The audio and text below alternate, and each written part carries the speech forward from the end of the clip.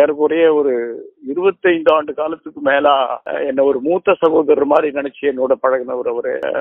ஒரு துடிப்பு மிக்க இளைஞர். பாபா அம்பேத்கருடைய கொள்கைகள்ல உறுதியான ஒரு நிலைப்பாடு உள்ளவர். எல்லாத்துக்கும் மேல ரொம்ப அன்பு காட்டுகிறவர். என்கிட்ட ரொம்ப அன்போடு இருந்தவர்.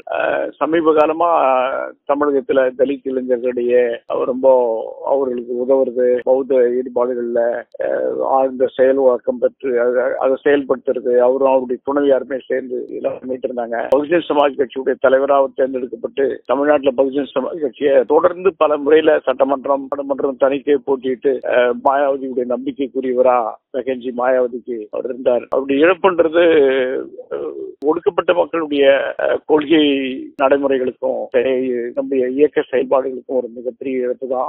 அவர் இந்த படுகொலை செய்தவர்கள் பேர்ல அரசாங்கம் வேகமான ஒரு நடவடிக்கை எடுக்கணும்.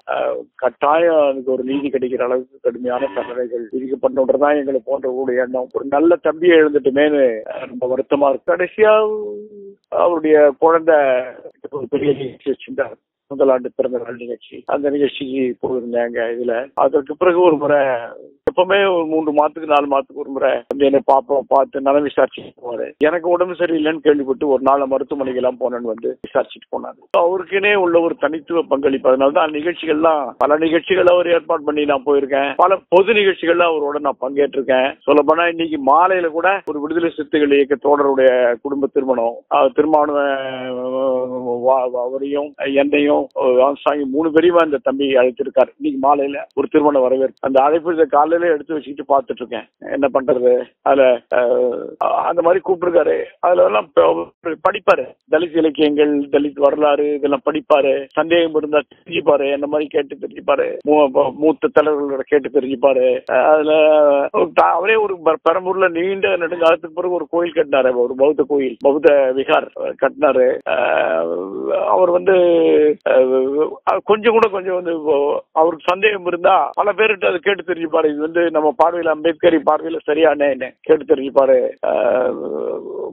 ஒரு பெரிய இழப்பு, இளைஞர்கள் மத்தியில பெரிய இழப்பு தான். நான் நேற்றிலிருந்து பாக்குறேன், ஒரு 200 தொலைபேசிகளுக்கு மேல எனக்கு வந்திருக்கும். அங்க இருந்திருக்கும். இளைஞர்கள்லாம் அவ்வளவு வருத்தத்தோடு இருக்கிறத பார்க்க முடியுது. அவ்வளவு வருத்தத்தோடு இருக்கிறத பார்க்க முடியுது. நான் எவ்வளவு அவர் மருத்துவமனைக்கு போயிட்டு வந்த பிறகு நான் வந்து ஒரு செங்கல்பட்டுல ஒரு ஃபாதர் சுரேஷ் அவருடைய நினைவு திறப்புழா என்னதான் கூப்பிட்டுருக்காரு. நான் அவருக்கு அதுல அந்த ஊர்வலத்துல நடக்க முடியல, நடந்து போறாரு.